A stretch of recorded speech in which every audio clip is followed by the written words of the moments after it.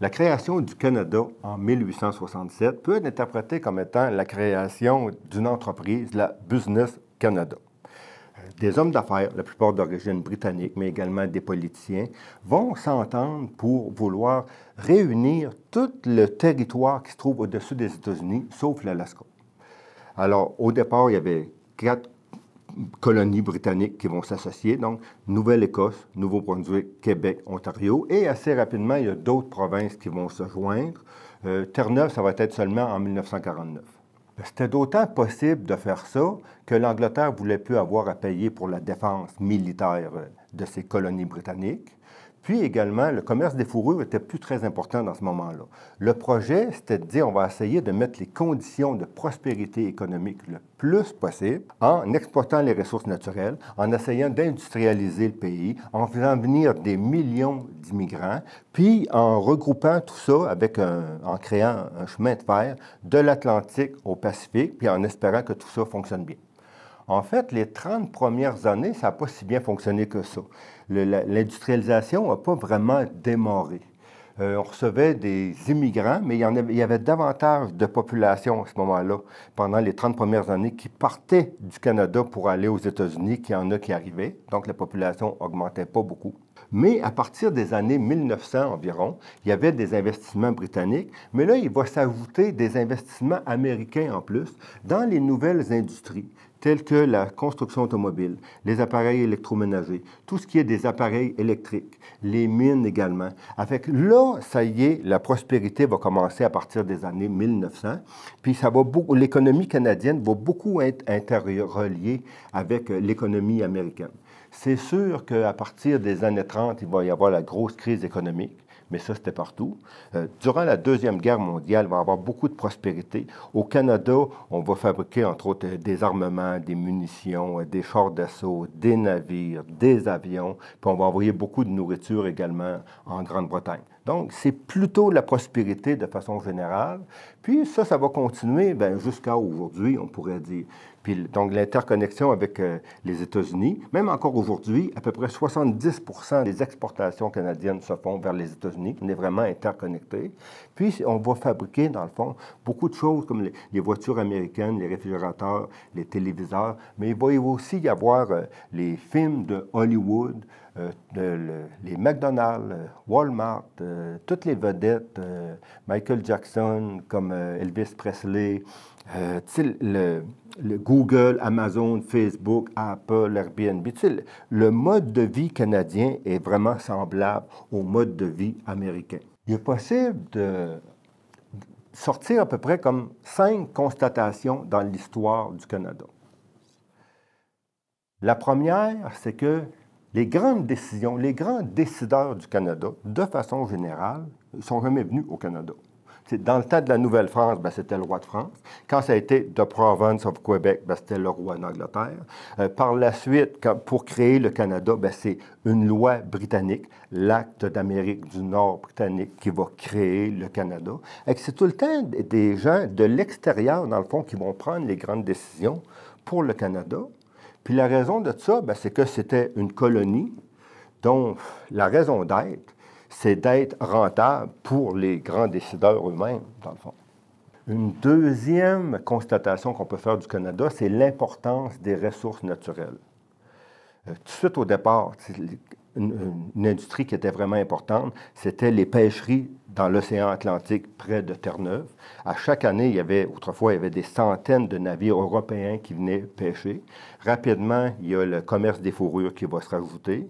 Par la suite, il va y avoir du bois qui va être expédié en Grande-Bretagne pour fabriquer des navires. Il va y avoir également l'exportation de blé. Puis au 20e siècle, ça va être l'exploitation des mines, puis l'exportation beaucoup des métaux, encore du bois, le pétrole de l'Alberta, l'hydroélectricité du Québec, même l'eau. Le Canada est vraiment un pays exportateur de ressources naturelles. Puis ça, c'est rare. Mettons, la France, le Japon, l'Allemagne, ils exportent, mais ils n'exportent pas des ressources naturelles. Ça, c'est comme particulier au Canada. Une troisième constatation qu'on peut faire du Canada, c'est la fragilité de l'identité nationale. C'est que, tout de suite au départ, il y avait 2 paliers de gouvernement. Alors, le gouvernement fédéral s'occupe de la grosse business, qu'on peut dire, telle que la monnaie, les banques, l'armée, l'immigration, tout ce qui est des ententes économiques avec les autres pays et les déclarations de guerre. Ça, donc, les grosses affaires, on pourrait dire que c'est le gouvernement fédéral qui s'en occupe. Tandis que les provinces, elles, s'occupent de la gestion sociale. Donc, ça va être le domaine de la santé, de l'éducation, la justice, l'aide aux pauvres, de sorte que si je suis sur l'aide sociale, c'est le gouvernement provincial qui s'occupe de moi. Quand je suis au chômage, c'est le gouvernement fédéral. Puis dans un peu tous les domaines, c'est un peu ça, c'est fédéral, provincial. De sorte que, à la question, est-ce que je suis québécois ou canadien? Ben oui, les deux. Je suis québéco-canadien, on pourrait dire. Puis en plus, il y a comme au moins deux conceptions différentes du Canada. Appelons ça disons, la conception francophone, qui est de dire qu'au Canada, là, il y a deux peuples fondateurs. Parce que les Autochtones, là, on les met de côté, ils sont oubliés. Puis, il y a deux peuples fondateurs, donc les francophones et les anglophones. Puis le Canada, donc c'est l'union de ça. Alors c'est normal qu'il y ait beaucoup des services pour les anglophones, mais également les francophones, pour qu'il y ait des écoles pour les Anglais, mais aussi pour les Français, etc. Tu sais, qu'il faut vraiment réussir à maintenir les deux langues officielles. Puis le Québec, là-dedans, est une société distincte. Puis nous autres, le modèle de gestion de la diversité, c'est l'interculturalisme. C'est-à-dire que 80% de la population, c'est des francophones. Puis il faut que, quand il y a des immigrants qui arrivent, il faut les intégrer à la francophonie le plus possible pour empêcher l'anglicisation totale du Québec. Il faut vraiment préserver la francophonie, comme dans les autres provinces, peuvent protéger aussi la langue anglaise. Ça, c'est la vision, comme je dirais, francophone. Il y a également la vision anglophone, qui est quand même assez différente, qui est de dire, oui, mais le Canada, là, au départ, c'est une loi britannique. C'est un pays britannique, c'est un pays anglophone, dans le fond, le Canada, mais on accepte qu'au Québec, il y a des francophones, il peut y avoir des institutions fédérales aussi, où il y a des services en français, mais quand même, il ne faut pas exagérer là-dessus. Là. C'est quand même une partie du pays. Quand il y a des immigrants, on va les laisser eux-mêmes décider. Alors, c'est plutôt le multiculturalisme qui est le modèle de gestion, c'est-à-dire on laisse les groupes culturels avec leurs particularités s'ils veulent, puis à long terme, de toute façon, on est en Amérique du Nord, tout le monde va finir par s'angliciser un jour ou l'autre. Du moment que les immigrants sont des bons travailleurs, consommateurs, payeurs de taxes, il n'y a pas de problème, ça va bien comme ça. Donc l'idée, c'est que quand même, donc une certaine fragilité d'identité canadienne.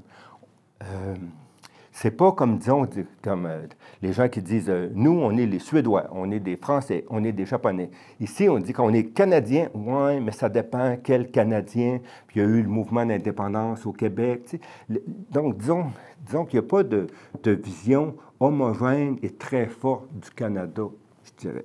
Une autre constatation encore, c'est que le Canada est un pays plutôt pacifique, quoique. Champlain a fondé Québec en 1608. L'année suivante, en 1609, il est allé avec des alliés autochtones chez les Iroquois pour faire la guerre. Il en a tué quelques-uns avec ses mousquets. Puis à partir de ce moment-là, ça a été les guerres iroquoises là, qui vont continuer pendant presque un siècle jusqu'à la Grande Paix de Montréal en 1701.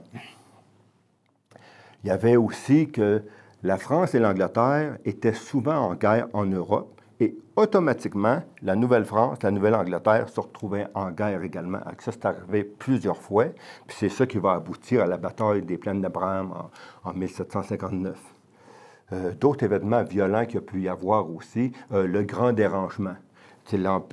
L'armée britannique, à un moment donné, a décidé de prendre les Acadiens vers 1755, puis de les expédier un peu partout dans l'ensemble, dans le fond, du royaume britannique.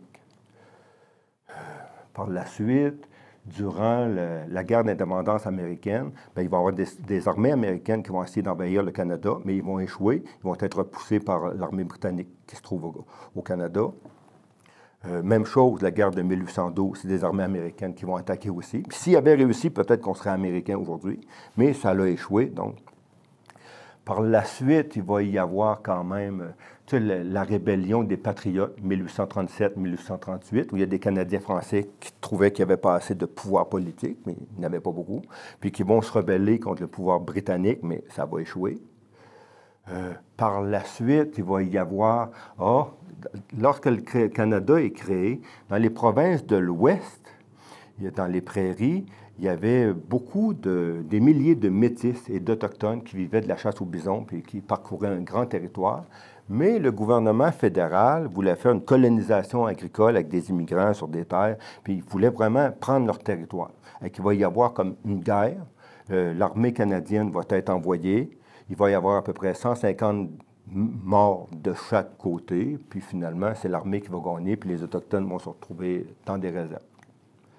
Puis ensuite, dans les autres événements violents qu'il y a pu y avoir, au 20e siècle, on a participé aux 2 guerres mondiales. Bon. Donc, on est relativement pacifique, surtout si on se compare avec les États-Unis, mais quand même, c'est relatif, là. Puis on peut d'ailleurs comparer au niveau du taux d'homicide. Aux États-Unis, sur 100 000 personnes, il y en a 5 qui vont se faire tuer par année, en moyenne. Au Canada, sur 100 000 personnes, il y en a 1,7 à peu près qui vont se faire tuer par année, donc 3 fois moins. Puis au Québec, on est moins violent que dans la moyenne canadienne. Donc, de façon générale, oui, on peut dire qu'on est assez pacifique relativement. Une autre constatation encore, c'est à quel point le Canada est un pays d'immigration. Au maximum, 5 de la population est autochtone, mais le 95 c'est des gens qui sont issus de l'immigration, soit des immigrants qui sont venus s'établir il y a 300 ans ou peut-être l'année passée. Mais donc, c'est un pays en croissance démographique tout le long.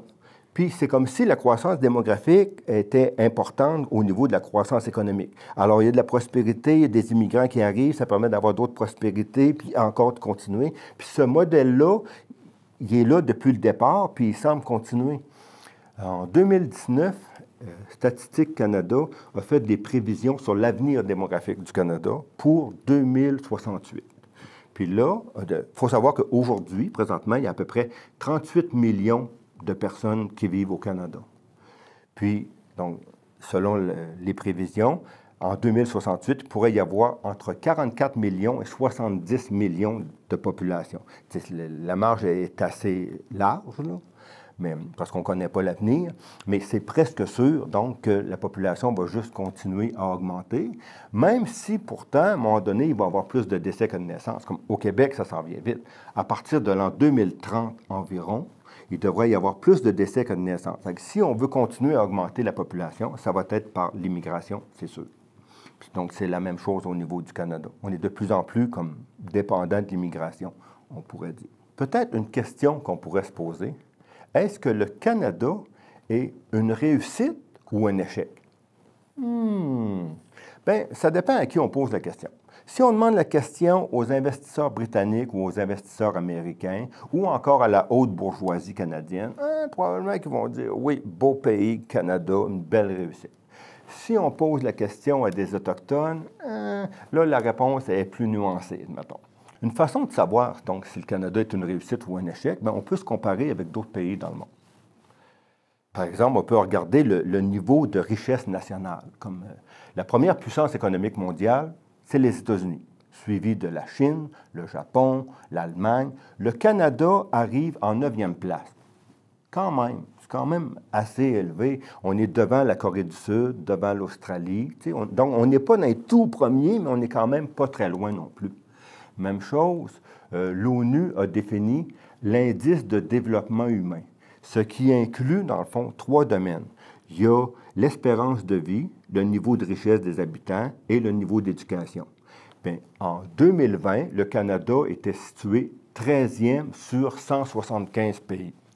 Quand même, encore là, on est assez haut, on n'est pas les tout premiers, mais on n'est pas très loin non plus. En plus, au niveau international, il existe à chaque année des sondages sur le bonheur des populations.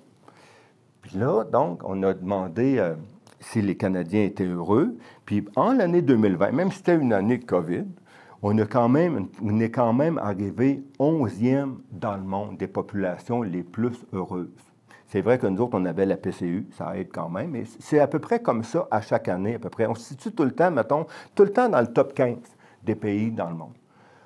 Alors, on pourrait peut-être dire qu'au niveau du bonheur, en tout cas, nous autres, au Québec, au Canada, on aurait plusieurs raisons de fêter la journée du bonheur qui se trouve le 20 mars de chaque année, sauf que personne n'est au courant de cette fête-là.